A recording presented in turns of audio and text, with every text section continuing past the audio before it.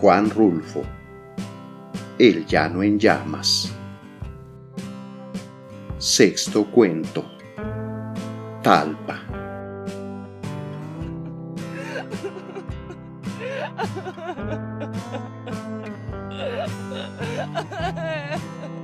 Natalia se metió entre los brazos de su madre y lloró largamente allí con un llanto quedito. Era un llanto aguantado por muchos días, guardado hasta ahora que regresamos a Sensontla, y vio a su madre y comenzó a sentirse con ganas de consuelo. Sin embargo, antes, entre los trabajos de tantos días difíciles, cuando tuvimos que enterrar a Tanilo en un pozo de la tierra de Talpa, sin que nadie nos ayudara, cuando ella y yo, los dos solos, juntamos nuestras fuerzas y nos pusimos a escarbar la sepultura, desenterrando los terrones con nuestras manos, dándonos prisa para esconder pronto a Tanilo dentro del pozo, y que no siguiera espantando ya nadie con el olor de su aire lleno de muerte. Entonces no lloró, ni después al regreso, cuando nos vinimos caminando de noche sin conocer el sosiego, andando a tientas como dormidos, y pisando con pasos que parecían golpes sobre la sepultura de Tanilo. En ese entonces Natalia parecía estar endurecida y traer el corazón apretado para no sentirlo bullir dentro de ella. Pero de sus ojos no salió ninguna lágrima. Vino a llorar hasta aquí, arrimada a su madre, solo para acongojarla y que supiera que sufría, acongojándonos de paso a todos, porque yo también sentí ese llanto de ella dentro de mí, como si estuviera exprimiendo el trapo de nuestros pecados. Porque la cosa es que a Tanilo Santos, entre Natalia y yo, lo matamos. Lo llevamos a Talpa para que se muriera, y se murió.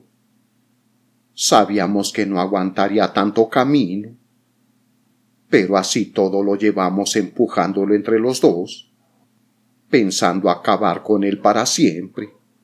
Eso hicimos. La idea de ir a Talpa salió de mi hermano Tanilo. A él se le ocurrió primero que a nadie. Desde hace años que estaba pidiendo que lo llevaran. Desde hacía años. Desde aquel día en que amaneció con unas ampollas moradas repartidas en los brazos y las piernas. Cuando después las ampollas se le convirtieron en llagas por donde no salía nada de sangre, y sí una cosa amarilla como goma de copal, que destilaba agua espesa. Desde entonces me acuerdo muy bien que nos dijo cuánto miedo sentía de no tener ya remedio. Para eso quería ir a ver a la Virgen de Talpa, para que ella con su mirada le curara sus llagas, aunque sabía que Talpa estaba lejos y que tendríamos que caminar mucho debajo del sol de los días y del frío de las noches de marzo. Así todo quería ir. La Virgencita le daría el remedio para aliviarse de aquellas cosas que nunca se secaban. Ella sabía hacer eso, lavar las cosas, ponerlo todo nuevo de nueva cuenta, como un campo recién llovido. Ya allí frente a ella se acabarían sus males. Nada le dolería ni le volvería a doler más. Eso pensaba él. Y de eso nos agarramos Natalia y yo para llevarlo. Yo tenía que acompañar a Tanilo porque era mi hermano. Natalia tendría que ir también de todos modos, porque era su mujer. Tenía que ayudarlo llevándolo del brazo, sopesándolo a la ida y tal vez a la vuelta sobre sus hombros, mientras él arrastrara su esperanza. Yo ya sabía desde antes lo que había dentro de Natalia. Conocí algo de ella. Sabía, por ejemplo, que sus piernas redondas, duras y calientes como piedras al sol del mediodía, estaban solas desde hacía tiempo. Ya conocía yo eso. Habíamos estado juntos muchas veces, pero siempre la sombra de Tanilo nos separaba. Sentíamos que sus manos ampolladas se metían entre nosotros y se llevaban a Natalia para que lo siguiera cuidando. Y así sería siempre mientras él estuviera vivo. Yo sé ahora que Natalia está arrepentida de lo que pasó. Y yo también lo estoy. Pero eso no nos salvará del remordimiento ni nos dará ninguna paz ya nunca. No podrá tranquilizarnos saber que Tanilo se hubiera muerto de todos modos porque ya le tocaba, y que de nada había servido ir a Talpa, tan allá, tan lejos. Pues casi es seguro de que se hubiera muerto igual allá que aquí, o quizás tantito después aquí que allá, porque todo lo que se mortificó por el camino, y la sangre que perdió de más, y el coraje y todo, todas esas juntas fueron las que lo mataron más pronto. Lo malo está en que Natalia y yo lo llevamos a empujones, cuando él ya no quería seguir, cuando sintió que era inútil seguir y nos pidió que lo regresáramos. A estirones lo levantábamos del suelo para que siguiera caminando, diciéndole que ya no podíamos volver atrás. Está ya más cerca Talpa que Sensontla. Eso le decíamos. Pero entonces Talpa estaba todavía lejos, más allá de muchos días. Lo que queríamos era que se muriera. No está por demás decir que eso era lo que queríamos desde antes de salir de Sensontla, y en cada una de las noches que pasamos en el camino de Talpa. Es algo que no podemos entender ahora, pero entonces era lo que queríamos. Me acuerdo muy bien. Me acuerdo de esas noches. Primero nos alumbrábamos con ocotes. Después dejábamos que la ceniza oscureciera la alumbrada. Y luego buscábamos Natalia y yo la sombra de algo para escondernos de la luz del cielo. Así nos arrimábamos a la soledad del campo, fuera de los ojos de Tanilo, y desaparecidos en la noche. Y la soledad aquella nos empujaba uno al otro. A mí me ponía entre los brazos el cuerpo de Natalia, y a ella eso le servía de remedio. Sentía como si descansara. Se olvidaba de muchas cosas, y luego se quedaba adormecida y con el cuerpo sumido en un gran alivio. Siempre sucedía que la tierra sobre la que dormíamos estaba caliente, y la carne de Natalia, la esposa de mi hermano Tanilo, se calentaba enseguida con el calor de la tierra. Luego aquellos dos calores juntos quemaban, y lo hacían a uno despertar de su sueño. Entonces mis manos iban detrás de ella. Iban y venían por encima de ese como rescoldo que era ella. Primero suavemente, pero después la apretaban como si quisieran exprimirle la sangre. Así una y otra vez, noche tras noche, hasta que llegaba la madrugada, y el viento frío apagaba la lumbre de nuestros cuerpos. Eso hacíamos Natalia y yo a un lado del camino de Talpa, cuando llevamos a Tanilo para que la Virgen lo aliviara. Ahora todo ha pasado. Tanilo se alivió hasta de vivir. Ya no podrá decir nada del trabajo tan grande que le costaba vivir, teniendo aquel cuerpo como emponzoñado, lleno por dentro de agua podrida que le salía por cada rajadura de sus piernas o de sus brazos. Unas llagas así de grandes que se abrían despacito, muy despacito, para luego dejar salir a borbotones un aire como de cosa echada a perder, que a todos nos tenía asustados. Pero ahora que está muerto la cosa se ve de otro modo.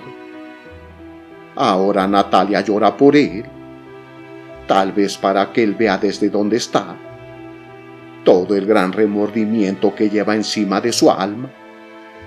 Ella dice que ha sentido la cara de Tanilo estos últimos días. Era lo único que servía de él para ella.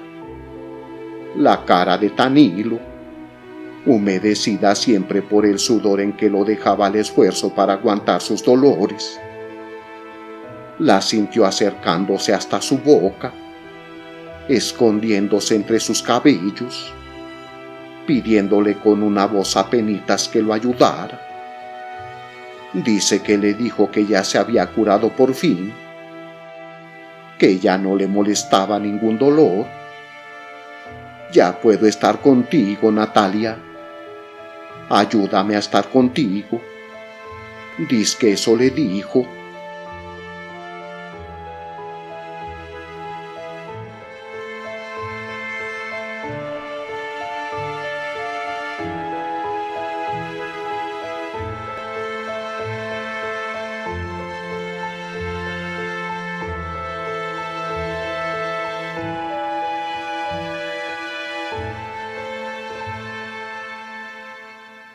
Acabábamos de salir de Talpa, de dejarlo allí enterrado bien hondo en aquel como surco profundo que hicimos para sepultarlo. Y Natalia se olvidó de mí desde entonces. Yo sé cómo le brillaban antes los ojos como si fueran charcos alumbrados por la luna, pero de pronto se destiñeron. Se le borró la mirada como si la hubiera revolcado en la tierra, y pareció no ver ya nada. Todo lo que existía para ella era el Tanilo de ella, que ella había cuidado mientras estuvo vivo, y lo había enterrado cuando tuvo que morirse. Tardamos 20 días en encontrar el camino real de Talpa. Hasta entonces habíamos venido los 3 solos.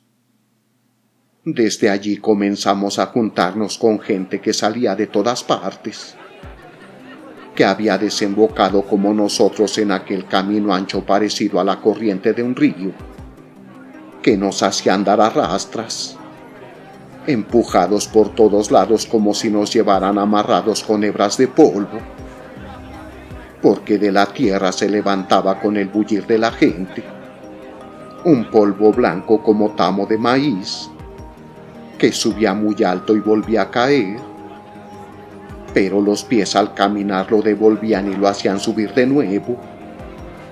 Hacia todas horas estaba aquel polvo por encima y debajo de nosotros, y arriba de esta tierra estaba el cielo vacío, sin nubes, solo el polvo.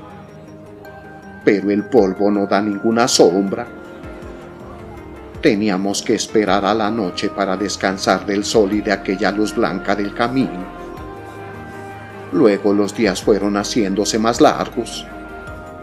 Habíamos salido de Sensontla a mediados de febrero, y ahora que comenzaba marzo amanecía muy pronto. Apenas si cerrábamos los ojos al oscurecer, cuando nos volvía a despertar el sol, el mismo sol que parecía acabarse de poner hacía un rato.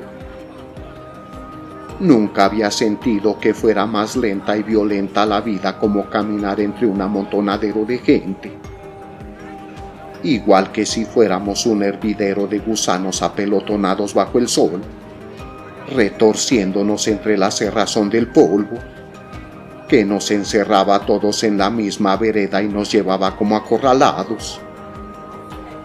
Los ojos seguían la polvareda. Daban en el polvo como si tropezaran contra algo que no se podía traspasar. Y el cielo siempre gris, como una mancha gris y pesada que nos aplastaba a todos desde arriba. Solo a veces cuando cruzábamos algún río, el polvo era más alto y más claro. Zambullíamos la cabeza calenturada y renegrida en el agua verde, y por un momento de todos nosotros salía un humo azul, parecido al vapor que sale de la boca con el frío. Pero poquito después desaparecíamos otra vez entreverados en el polvo, cobijándonos unos a otros del sol, de aquel calor del sol repartido entre todos. Algún día llegará la noche, en eso pensábamos.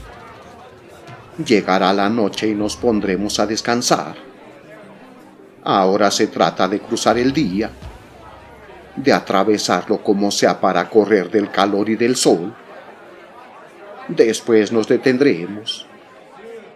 Después, lo que tenemos que hacer por lo pronto es esfuerzo tras esfuerzo, para ir deprisa detrás de tantos como nosotros, y delante de otros muchos. De eso se trata. Ya descansaremos bien a bien cuando estemos muertos.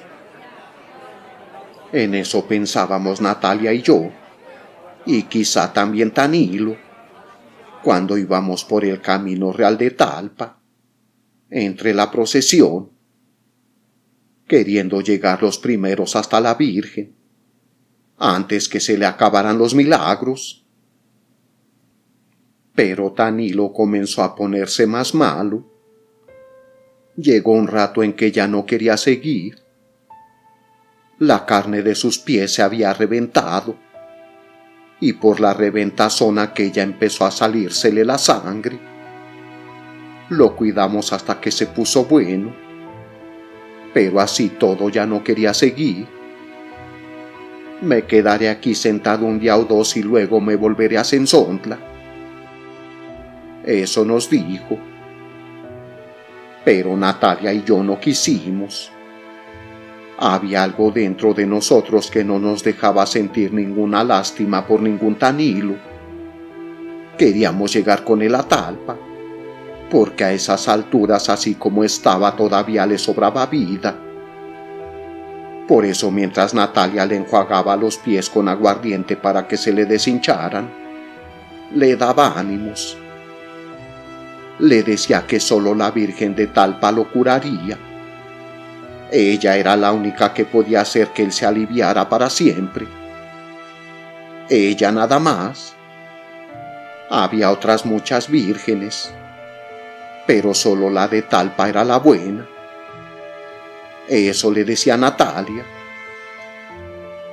Y entonces Tanilo se ponía a llorar con lágrimas que hacían surco entre el sudor de su cara, y después se maldecía por haber sido malo. Natalia le limpiaba los chorretes de lágrimas con su rebozo, y entre ella y yo lo levantábamos del suelo para que caminara otro rato más, antes que llegara la noche.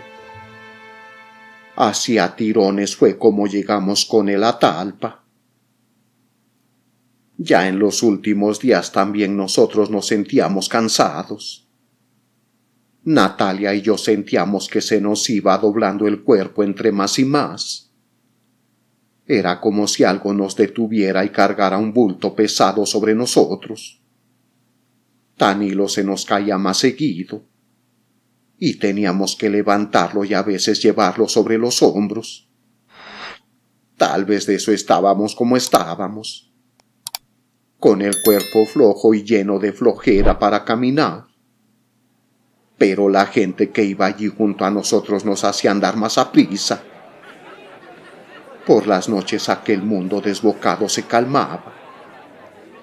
Desperdigadas por todas partes brillaban las fogatas, y en derredor de la lumbre la gente de la peregrinación rezaba el rosario, con los brazos en cruz mirando hacia el cielo de Talpa. Y se oía como el viento llevaba y traía aquel rumor, revolviéndolo hasta hacer de él un solo mugido. Poco después todo se quedaba quieto. A eso de la medianoche podía oírse que alguien cantaba muy lejos de nosotros. Luego se cerraban los ojos y se esperaba sin dormir a que amaneciera. Entramos a Talpa cantando el alabado.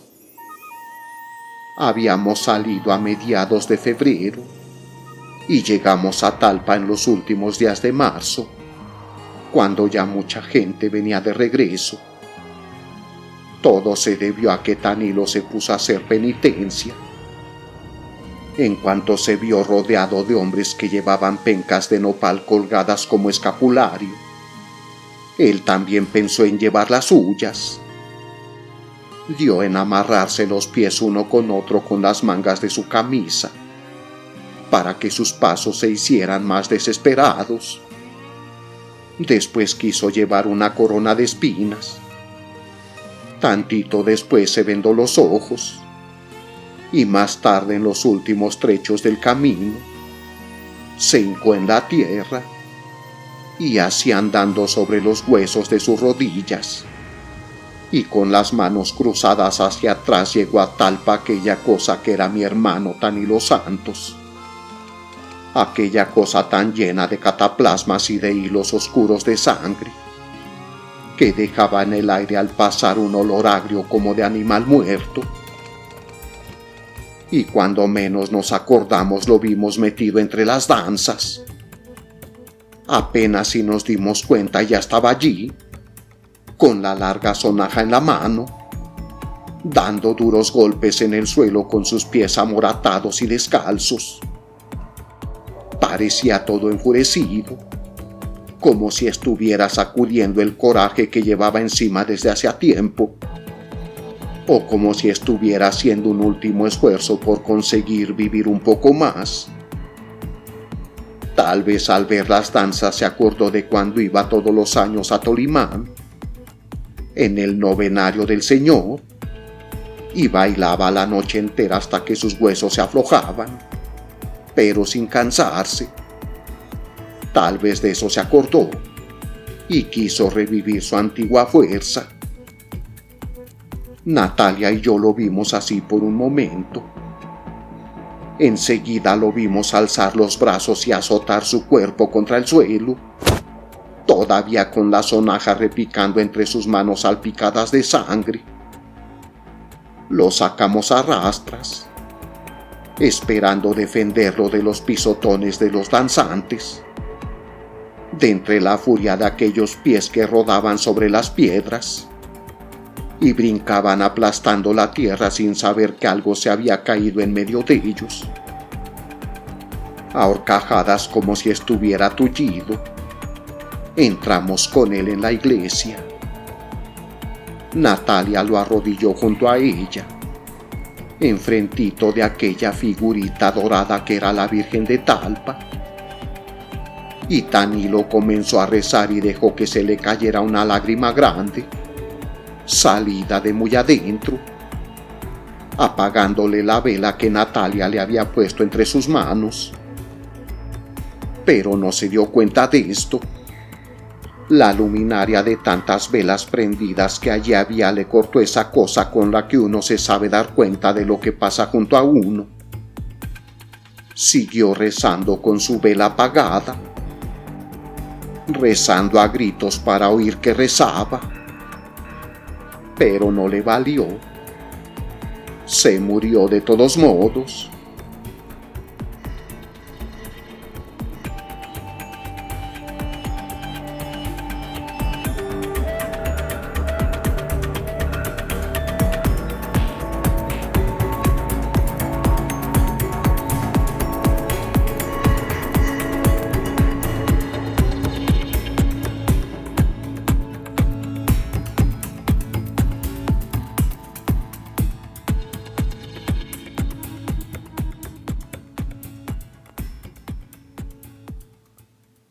Desde nuestros corazones sale para ella una súplica igual, envuelta en el dolor.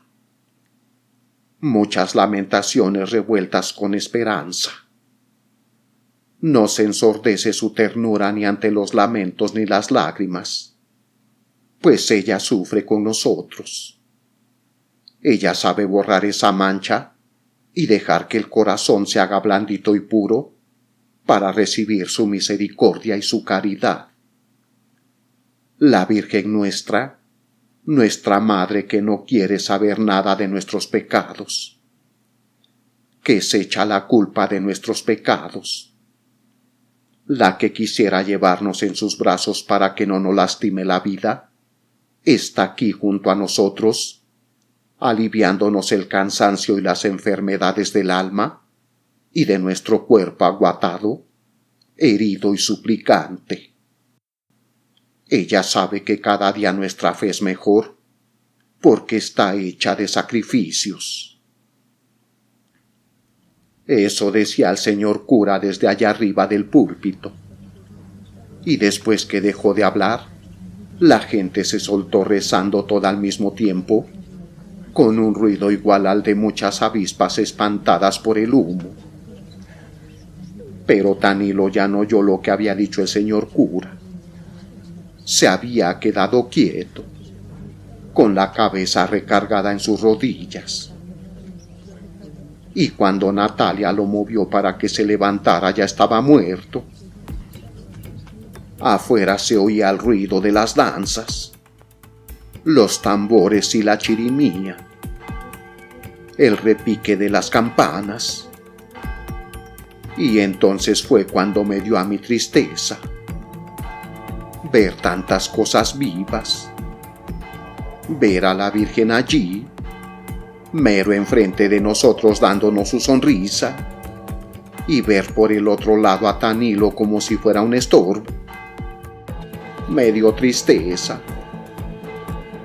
pero nosotros lo llevamos allí para que se muriera. Eso es lo que no se me olvida. Ahora estamos los dos en Sensontla. Hemos vuelto sin él. Y la madre de Natalia no me ha preguntado nada. Ni qué hice con mi hermano Tanilo ni nada. Natalia se ha puesto a llorar sobre sus hombros y le ha contado de esa manera todo lo que pasó. Y yo comienzo a sentir como si no hubiéramos llegado a ninguna parte, que estamos aquí de paso para descansar y que luego seguiremos caminando. No sé para dónde, pero tendremos que seguir, porque aquí estamos muy cerca del remordimiento y del recuerdo de Tanilo. Quizás hasta empecemos a tenernos miedo uno al otro. Esa cosa de no decirnos nada desde que salimos de Talpa, tal vez quiera decir eso. Tal vez los dos tenemos muy cerca el cuerpo de Tanilo, tendido en el petate enrollado, lleno por dentro y por fuera de un hervidero de moscas azules, que zumban como si fuera un gran ronquido que saliera de la boca de él, de aquella boca que no pudo cerrarse a pesar de los esfuerzos de Natalia y míos, y que parecía querer respirar todavía sin encontrar resuello, de aquel Tanilo a quien ya nada le dolía, pero que estaba como adolorido, con las manos y los pies engarruñados, y los ojos muy abiertos como mirando su propia muerte, y por aquí por allá todas sus llagas goteando un agua amarilla, llena de aquel olor que se derramaba por todos lados, y se sentía en la boca como si se estuviera saboreando una miel espesa y amarga, que se derretía en la sangre de uno a cada bocanada de aire. Es de eso de lo que quizá nos acordemos aquí más seguido, de aquel Tanilo que nosotros enterramos en el camposanto de Talpa, al que Natalia y yo echamos tierra y piedras encima para que no lo fueran a desenterrar los animales del cerro.